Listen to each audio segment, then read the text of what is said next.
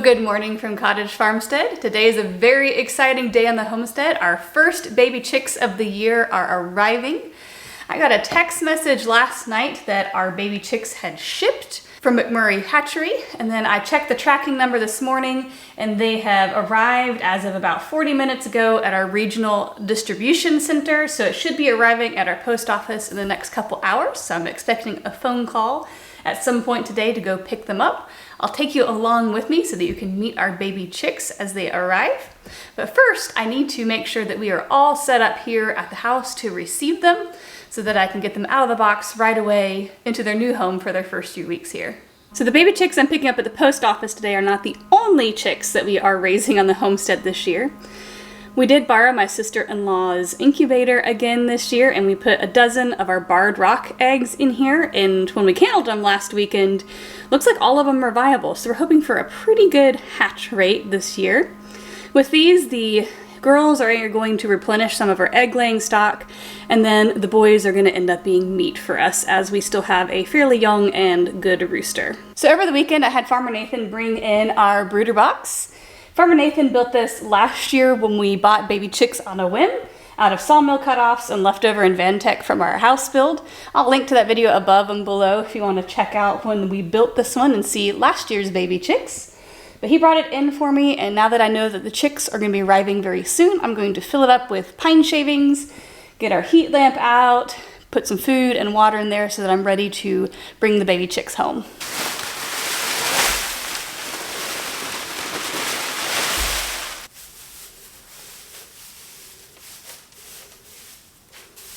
So when our baby chicks are very small and we're not going through a gallon or so of water a day, we like to use these little waterers that you can put onto a mason jar and then flip over, and then you can have your water feed out down here.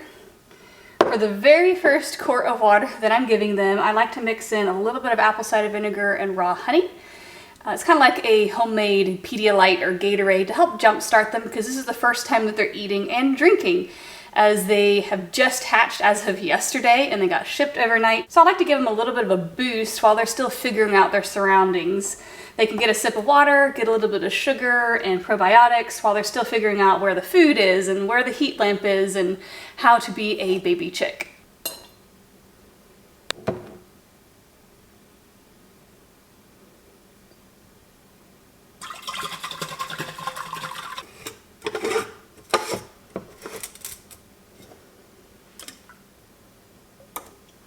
So for the food and water for the chicks, I like to set them above the pine shavings just a little bit, because the baby chicks do start scratching around and flinging the wood shavings around very quickly, and I don't want their water to get filled up with wood shavings as quickly.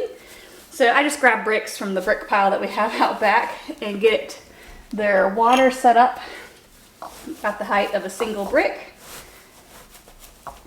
And then their feed, when they're tiny, I keep their feet a little bit lower, and then over time I keep adding layers of brick on top so that it is just above our deep bedding that we have here in our brooder box.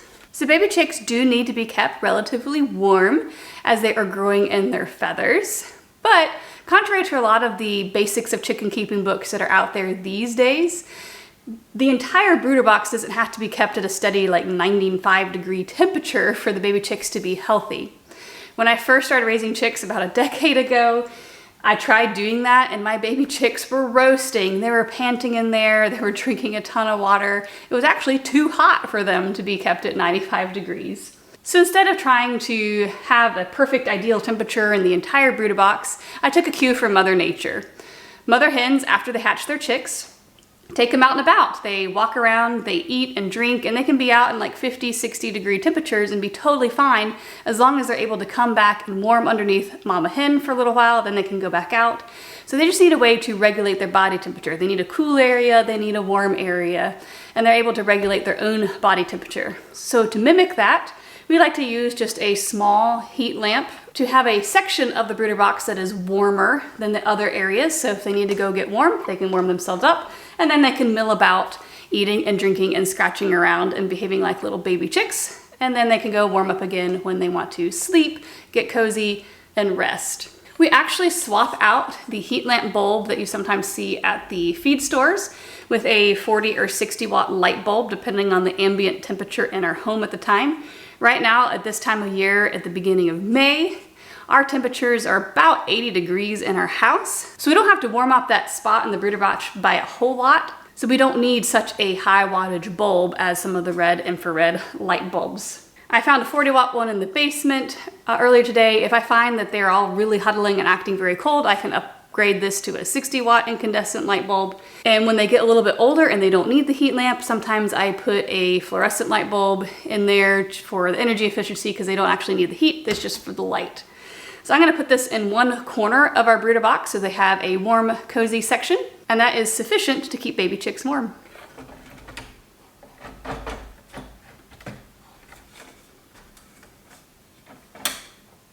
So just out the back door where we have the brooder box for our baby chicks is where we keep our starter feed.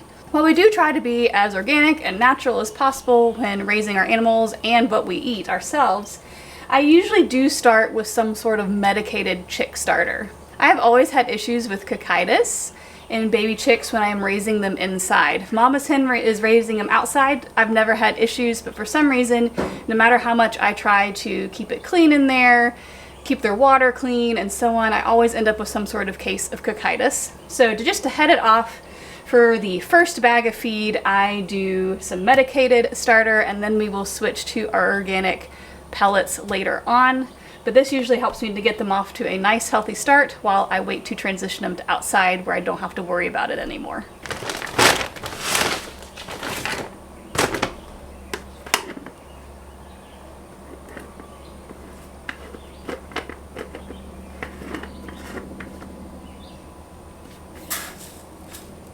So if this is your first time raising baby chicks, this is actually all you need to get set up.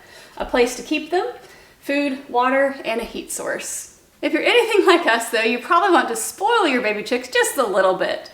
Especially if you're wanting to, say, tame these chicks to be handled by kids, or you want to make them into a little bit more of pets that will come and eat out of your hand, or you can hold them. So one of the best ways to do that is to feed them some treats. But in order to do that, you do have to make sure that your chicks have what's called grit. So chickens have a gizzard, and in there they will have little rocks that they need to grind up the food that they consume. Chick starter feed is actually small enough that they don't need to worry about grit or rock to grind up their food. But as soon as you introduce any other food, you will need some grit. So they just sell what's called chick grit. And when they get older, they have poultry grit that's a little bit larger, pebbles and rocks for them to swallow. So one of the things that we like to feed them inside is grits.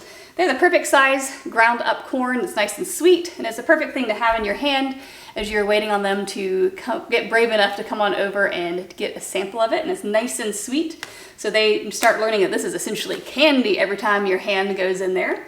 We also like bringing in things like garden scraps or weeds, so they're able to pick through those and start sampling green things. And then as we find things like earthworms in the garden when we're digging up, we will toss some of those in here and let them have some fun with them. It's actually really cute to watch them run around with their little earthworm prize. But the grit and the treats are totally unnecessary if that's something you don't want to mess around with, and if you want to just keep it simple and use the chick crumbles. Well, I'm all set up. It's been about an hour since I was notified they were in the distribution center. So any minute now, I should be getting the phone call to make my way over to the post office. Unfortunately, the baby chicks did not make it from Greenville to our local post office yesterday, but I got a phone call at 6:50 this morning that they just arrived at our local post office. So I grabbed a quick bite to eat, and I am running out the door to go get our baby chicks.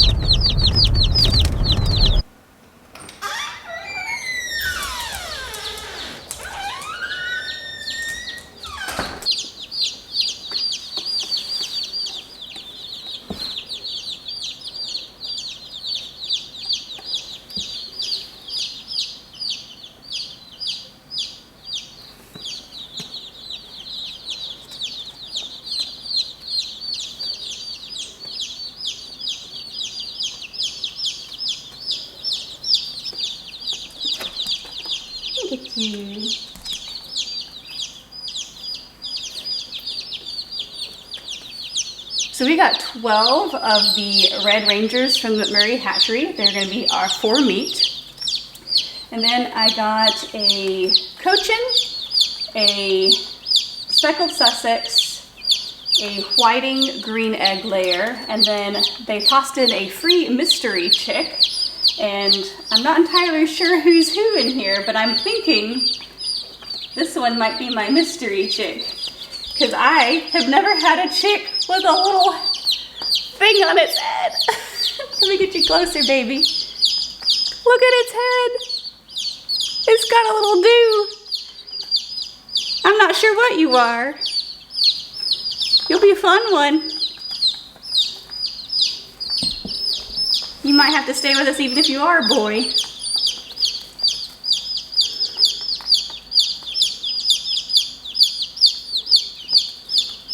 There you go. You are tiny. Are you a little bantam? Let's sip of water, baby.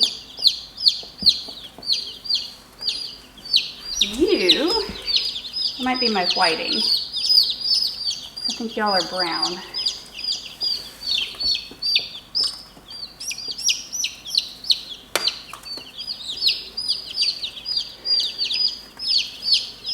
You maybe are my speckled? I don't remember what she looked like when she was a baby.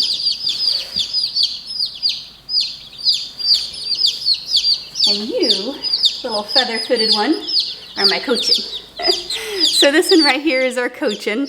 I don't know if you can see its feathered feet, but she will have very fluffy feathers all over. So I do know that this one's our Cochin. Girl, I have to come up with a name for you. You're gonna be our mama hen.